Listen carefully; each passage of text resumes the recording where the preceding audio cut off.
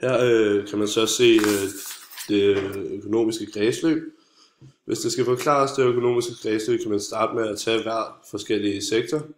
Vi har den offentlige sektor, som er staten primært, og så har vi husholdningerne, finansiel sektor, som er banker, virksomheder og så udlandet.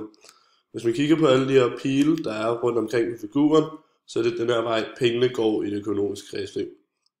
Hvis man starter fra husholdningerne, husholdningerne de bruger privatforbrug i virksomhederne, og de får løn fra virksomhederne. Og hvis de kigger på, hvordan husholdninger har det med den offentlige sektor, så betaler de skat af deres løn fra virksomhederne, som går til den offentlige sektor. Og så er der også nogen, der arbejder i den offentlige sektor, og nogen, der er på indkomstoverførsler for husholdningerne, som så får det tilbage fra den offentlige sektor.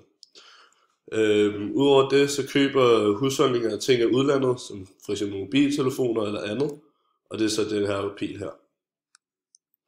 Hvis man kigger på den offentlige sektor, så har vi jo gennemgået, hvordan det har det med husholdningerne, ved at de får penge fra skatter, og de giver penge tilbage til husholdningerne i form af indførselsoverkomster.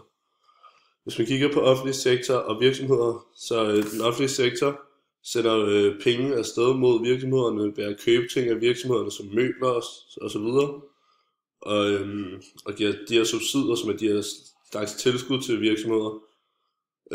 Og de får penge fra virksomhederne i form af skatter. Hvis man kigger på den finansielle sektor, så har den finansielle sektor det bånd til den offentlige sektor, at de låner penge til den offentlige sektor, og så får de opsparing fra den offentlige sektor. Og sådan har den finansielle sektor det også med husholdningerne og virksomhederne. Og den finansielle sektor er jo bankerne.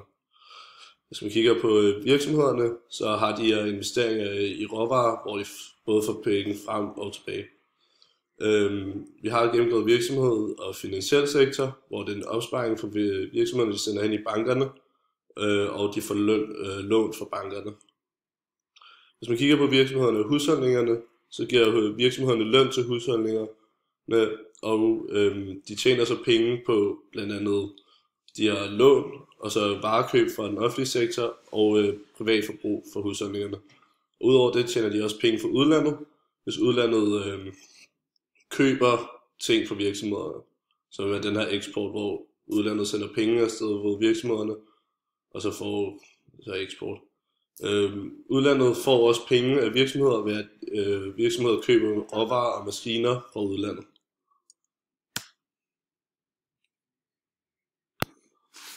Hvis man følger strømmen af penge rundt i kredsløbet, så kan man analysere ændringer, og så kan man sige, hvad nu hvis nu man valgte at øge SU'en, så vil man kunne se, at folk får flere penge mellem hænderne, det vil sige, at der bliver brugt flere penge, og forbruget stiger, virksomhederne skal ansætte flere, indkomsterne i samfundet stiger, og dermed igen forbruget. Og det lyder umiddelbart optimistisk, men modsat kan man så også sige, at effekten vil brede sig som ringe i vandet.